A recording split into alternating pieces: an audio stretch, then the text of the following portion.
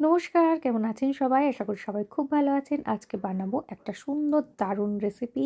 সেটাই শেয়ার করছি। সেটা হলো কড়াইশুঁটির কচুরি।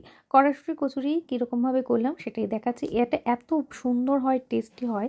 একবার এরকমভাবে করে খেয়ে দেখবেন। আশা করি আপনাদের সবার খুব ভালো লাগে। প্রথমে আমি কিন্তু এই কড়াইশুঁটিটা আর আলুটাকে সেদ্ধ করে নিয়েছিলাম। সেদ্ধ করে জল ঝরাতে দিয়ে দিয়েছি। ঝরানো হয়ে গেলে এবার ওটাকে ঠান্ডার জন্য রেখে দিয়েছি। তার ফাঁকে হচ্ছে ময়দাটাকে মেখে নিচ্ছি। ময়দাটা যদিও আমার বর মেখেছিল। আমি ময়দা টয়দা মাখতে পারি না, আটা ফাটা মাখতে পারি না। যাই হোক, ওই মেখে দিয়েছিল। দিয়েছিল একটু ঘি, একটু খাবার বেকিং পাউডার, আর হচ্ছে একটু নুন, আর অল্প একটুখানি সাদা তেল, এটা দিয়ে ভালো করেও মাখছিল। সেই ফাঁকে দেখলাম কড়াইশুঁটি এগুলো সব ঠান্ডা হয়ে গেছে।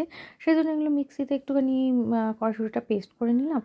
আর আলুটা কিন্তু হাত দিয়ে এভাবে স্ম্যাশ করে নিয়েছি।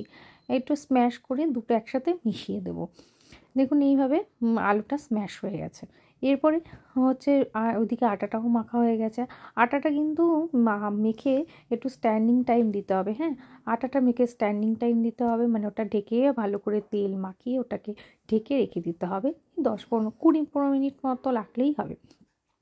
এদিকে আমি একটা করছি, দেখুন কড়াইয়ে তেল গরম করে নিয়েছি, নিয়ে একটু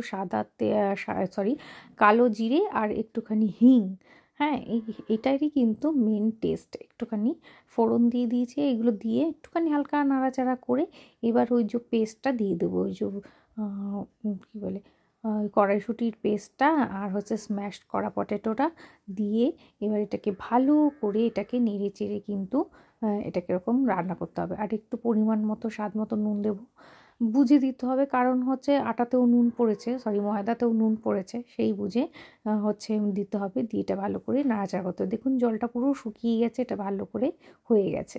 এরপর এটাকে আমি এবার ঠান্ডা করতে দেবো। দিয়ে এবার হচ্ছে কীভাবে করব সেটা দেখি।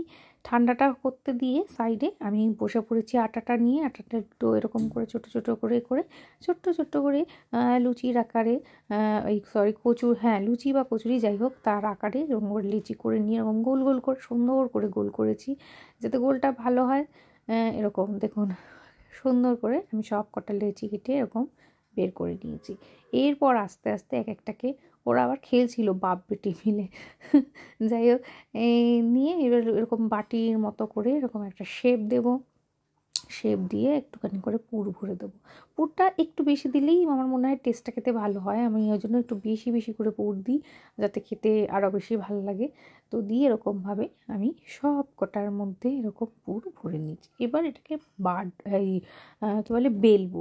এবার লুচি আর হচ্ছে যে বেলনির চাকিটা আছে, চাকিটার ওপর অল্প একটুখানি তেল মাখিয়ে নেবো। আর বেলুনটাতেও কিন্তু অল্প অল্প তেল মাখিয়ে নেবো। নিয়ে এরকম করে আস্তে আস্তে এটাকে বেলতে হবে। একটু সাবধানে, খুব প্রেশার দেওয়া যাবে না, তাহলে সব বেরিয়ে যাবে ভেতর থেকে। এরপরে তেলটাকে ভালো করে গরম করে দেখুন কি সুন্দর ফুলকো ফুলকো কচুরি তৈরি হয়ে গেছে, একদম দারুণ কচুরি। আমরা তো ভাজতে ভাজতেই দুজনে মিলে খেয়ে নিয়েছিলাম ম্যাক্সিমামটা। এই যে এত সুন্দর কচুরি, দেখুন ভেতরটা দেখুন এত সুন্দর হয়েছে। এটা শুধু শুধু গরম গরম খেতেও কিন্তু দারুণ লাগে। তো কেমন লাগলো অবশ্যই জানাবেন। সবাই ভালো থাকবেন। টাটা।